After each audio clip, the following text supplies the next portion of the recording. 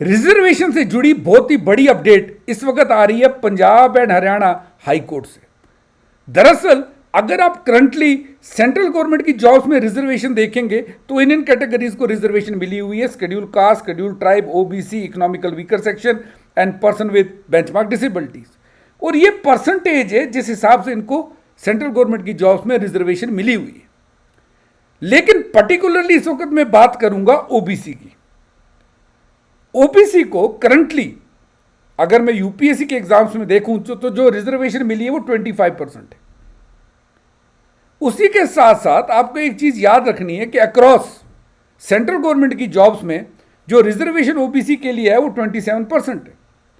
याद रखिएगा ये परसेंटेज सेंट्रल गवर्नमेंट जॉब्स में भी है और सेंट्रल के एजुकेशन इंस्टीट्यूशंस में भी है। लेकिन यहां पर आपको एक चीज और देखनी है। ये चीज देखिए, यहां पर ये जो मैप है ये बेसिकली बता रहा है पूरे इंडिया में कितनी परसेंटेज ऑफ पॉपुलेशन जो है किस स्टेट में वो ओबीसी है, यानी स्टेट वाइज एक डेटा दिया हुआ है। अगर आप बंगाल, मेघालय देखेंगे तो यहां पर 8%, 1.2%, 2.8% तो अरुणाचल प्रदेश में है। Okay, Mizoram 1.6%, Jammu and Kashmir 11.4%, Himachal Pradesh 17.1%, Punjab 16.1%। Okay, अगर हम ज़्यादा की बात करेंगे, ये तो बहुत कम लोग हैं जो ओबीसी हैं इन स्टेट्स में। ज़्यादा अगर हम चलेंगे तो राजस्थान 47.3%, उत्तर प्रदेश 54.5%, बिहार 62.6% लोग, झारखंड 46% लोग, और ऐसे ही तमिलनाडु में सबसे ज़्यादा 76.1% जो पॉपुलेशन है वो ओबीसी में आती है।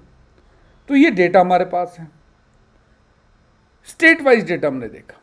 अब जैसा मैंने आपसे कहा, गवर्नमेंट जॉब्स में अक्रॉस सेंट्रल गवर्नमेंट के जॉब्स में 27% रिजर्वेशन मिलती है एंड ये इन लाइन है विद बीपी मंडल कमीशन। जो बीपी मंडल कमीशन ने जैसा तय किया था, हर साल मिनिस्ट्री ऑफ, अगर आप देखेंगे जो सोशल जस्टिस एंड एम्पावरमेंट है, वो डेटा निकालती रहती है कि कितने ओबीसीज को जॉब मिली हुई है।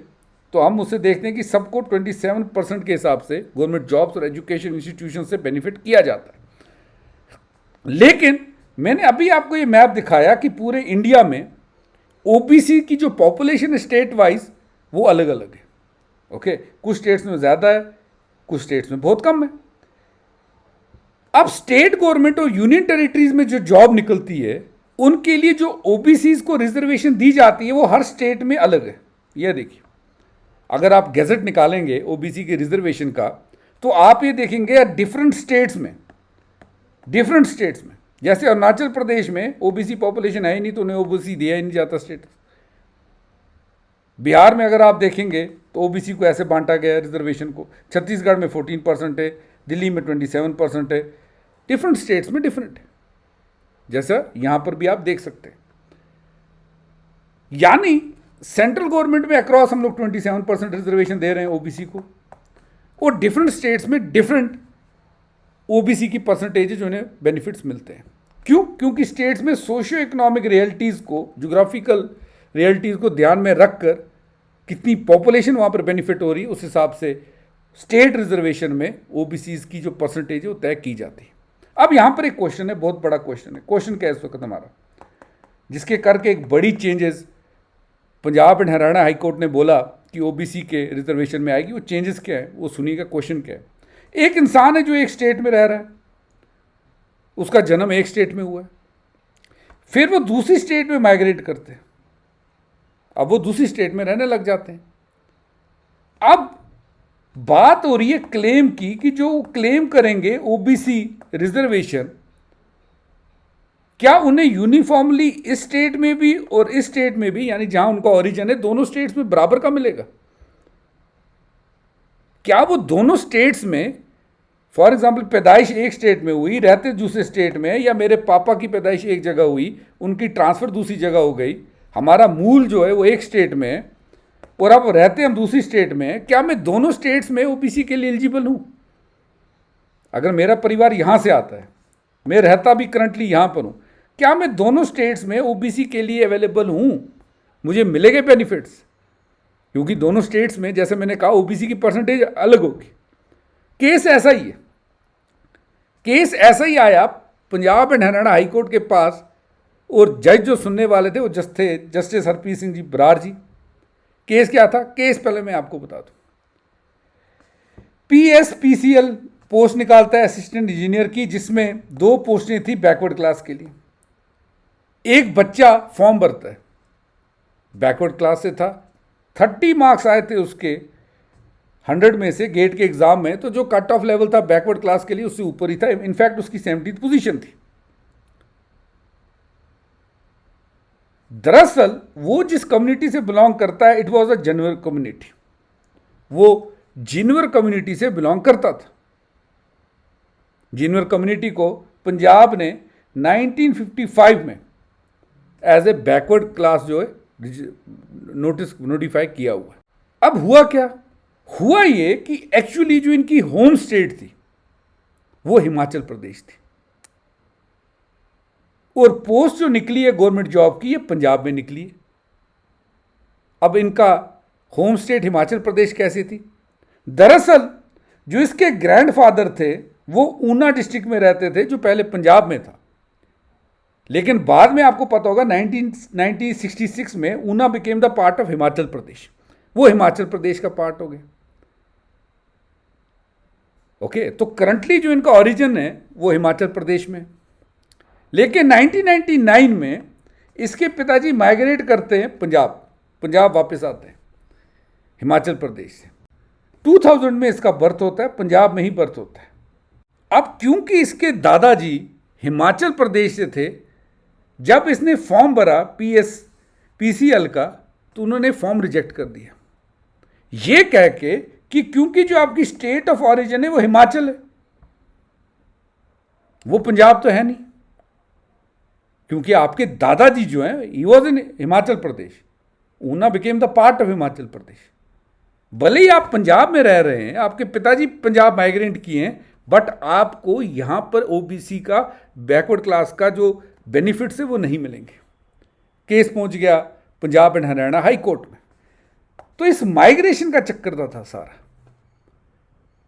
कि दादाजी पहले ऊना में थे, पैदा हुए, रेजिडेंस उनका ऊना में था। ऊना पहले पंजाब का हिस्सा था, लेकिन आपको पता होगा 1966 में पंजाब से हिमाचल को पंजाब से अलग किया गया, यानी टेक्निकली दादाजी हिमाचल के हो गए।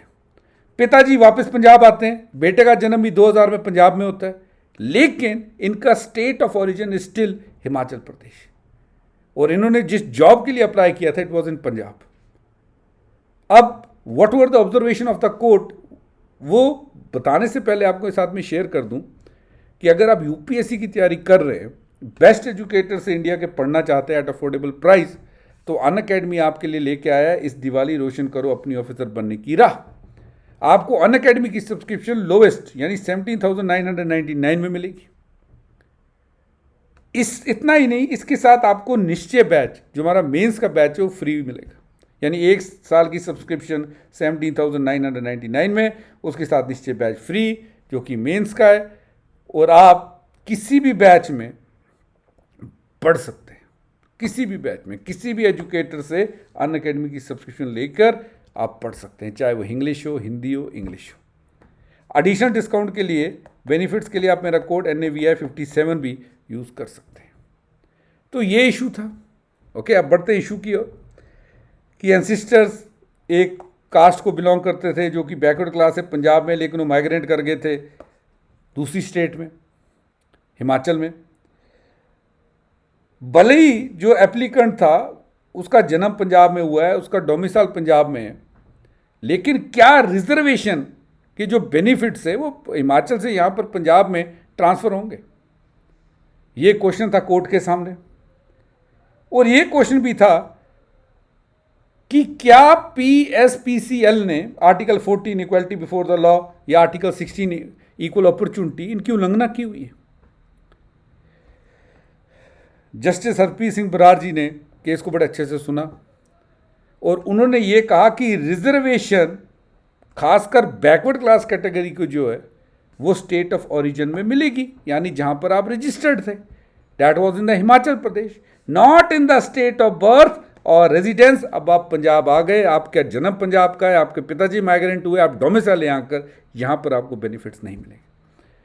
तो अगर मैं नटशल में कहूँ तो जो सबसे बड़ी अपडेट है इस वक्त हम सबके सामने वो ये है कि बैकवर्ड क्लास की रिजर्वेशन केवल स्टेट ऑफ ओरिजिन में ही क्लेम हो सकती है, स्टेट ऑफ बर्थ या रेजिडेंस में नहीं हो सकती।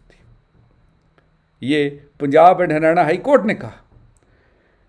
यानी कोर्ट ने ऑब्जर्व किया कि आर्टिकल 342A जो प्रेसिडेंट और गवर्नर साहब को ये कहते हैं कि आप आइडेंटिफाई कीजिए सोशली एंड एजुकेशनली बैकवर्ड लोगों को स्टेट्स एंड यूनियन टेरिटरीज में, तो आपको ये चीज याद रखनी है कि बैकवर्ड क्लास रिकॉग्निशन जो है वो स्टेट स्पेसिफिक है, क्योंकि मैंने आपको परसेंटेज भी बता दी थी। अगर एक स्टेट में कोई कम्युनिटी एज ओबीसी रजिस्टर्ड है, मेन डिसीजन ये है, उसका मतलब ये नहीं है कि वो दूसरी स्टेट में जाकर सेम जो बेनिफिट्स है वो जो एंजॉय कर सकती है। It is state specific. बहुत इंपॉर्टेंट डिसीजन है। इसके रिलेटेड पहले भी काफ़ी सारे केसेस थे, जैसे मुरारी चंद्रशेखर राव वर्सेस डीन, ये एक मेडिकल कॉलेज का केस हुआ था।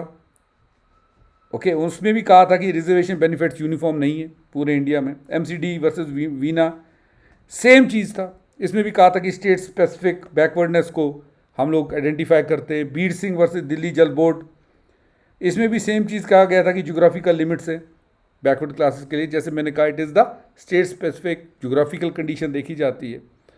एंड संदीप कुमार केस जो 2010 का केस था, उसमें भी ये कहा था कि अगर हम इनको जो बेनिफिट्स है इनको अक्रॉस इंडिया देते हैं, डिफरेंट स्टेट्स में देते हैं, एक स्टेट का दूसरे स्टेट में भी, तो it would be a violation of article 341 and 342।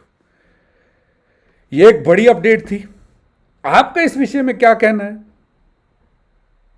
मेरे को जरूर बताइएगा। Thanks for watching Unacademy. Let's crack it guys.